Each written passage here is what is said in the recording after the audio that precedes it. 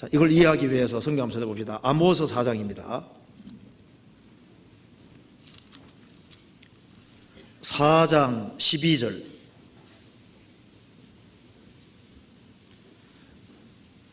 (4장 12절)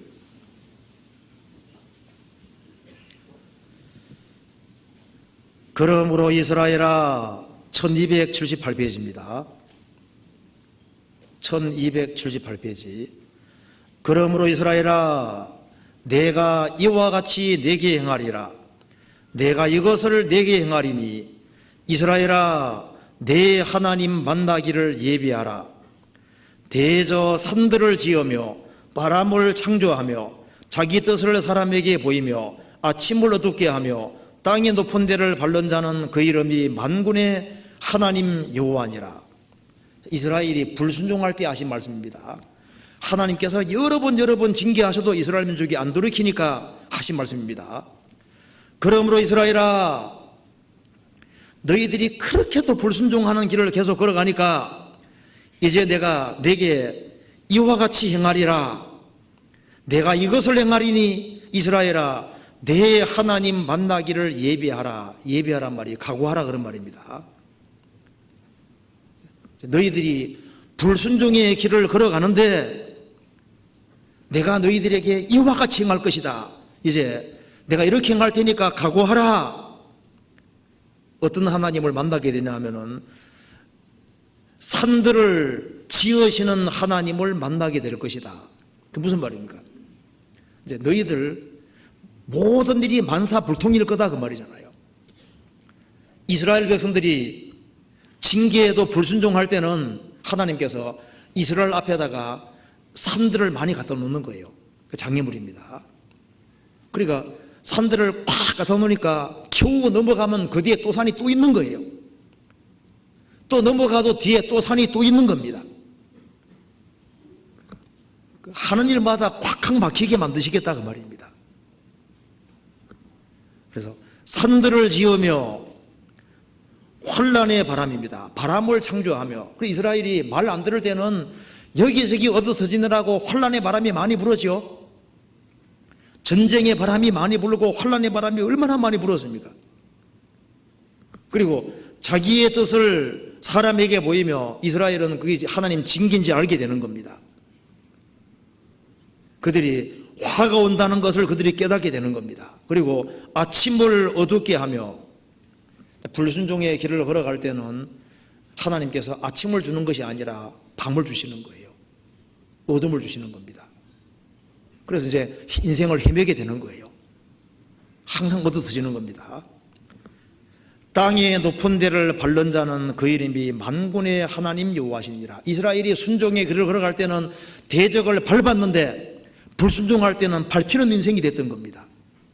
그런데 이스라엘이 이제 바벨론 포로 잡혀가서 그 70년 동안 포로 생활을 하면서 지렁이 같이 낮아지게 된 거예요. 그래서 그들은 마음이 낮을 대로 낮아져서 이제 오로지 하나님의 도움만 구하는 사람들이 되는 겁니다. 그래서 이스라엘 민족은 바벨론 포로에서 해방이 되어서 이제 하나님께 순종하는 길을 걷고 하나님 말씀 가운데 살아가려고 하니까 하나님께서 큰 산 같은 장애물, 엄청난 장애물이 있지만은 그걸 주님께서 제거시켜 주시고 역사를 이루게 만들어 주신 겁니다. 우리 인생도 마찬가지입니다.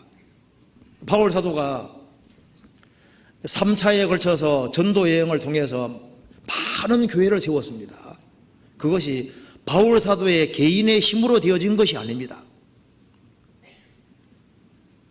이 바울 사도가 전도할 때 장애물이 엄청 많이 있었습니다. 데살로니가 이제 교회 성도에게 편지하면서도 얘기하잖아요.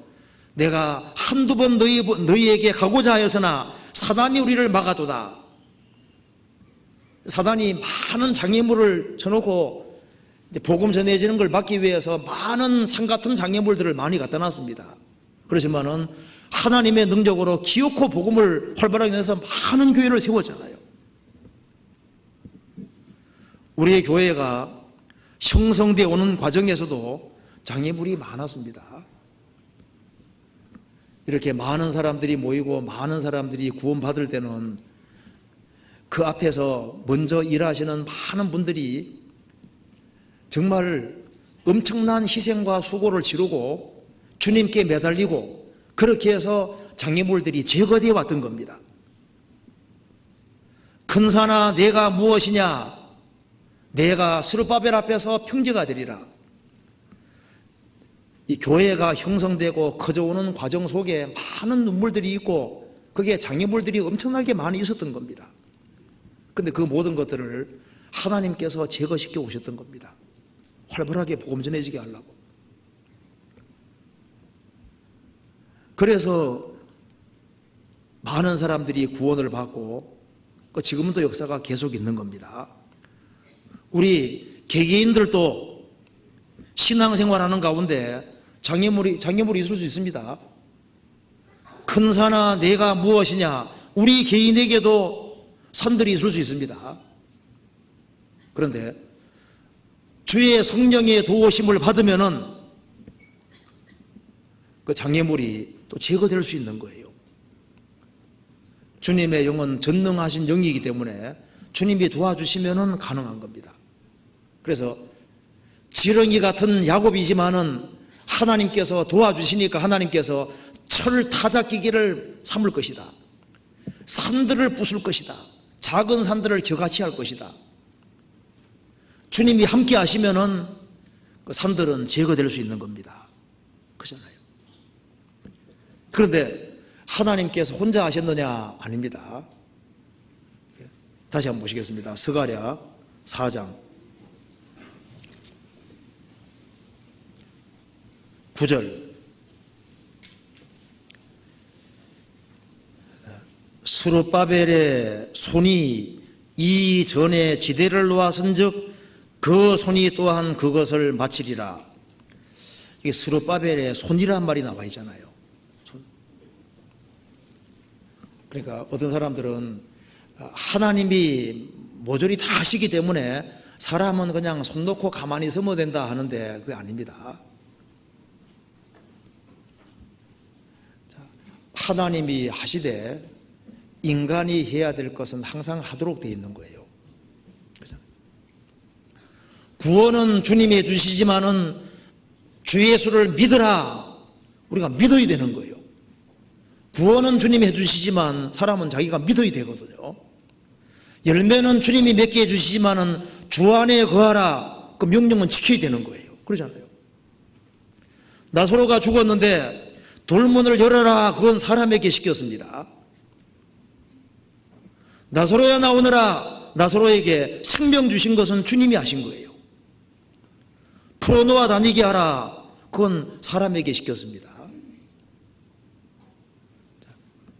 힘으로 능으로 되지 않고 오직 주의 성령의 능력으로 되는데 스룹바벨의 손이 나오잖아요. 그러니까 사람들도 자기가 할 수 있는 것은 해야 되는 것이 분명히 맞는 겁니다. 스룹바벨의 손이 지대를 놓았은즉 그렇게 되어 있죠. 스가랴 4장 7절. 근사나 내가 무엇이냐? 내가 스룹바벨 앞에서 평지가 되리라. 그가 머릿돌을 내어놓을 때 무리가 외치기를 은총이 그에게 있을지어다 하리라 하셨고, 여호와의 말씀이 또 내게 임하여가라사대 스룹바벨의 손이 이전에 지대를 놓았은즉 그 손이 또한 그것을 마치리라 하셨나니. 하나님의 도우심을 받으면은 마무리까지 되게 만드시는 거예요. 많은 반대가 있지만은 기어코 성전이 지어지게 만드셨습니다.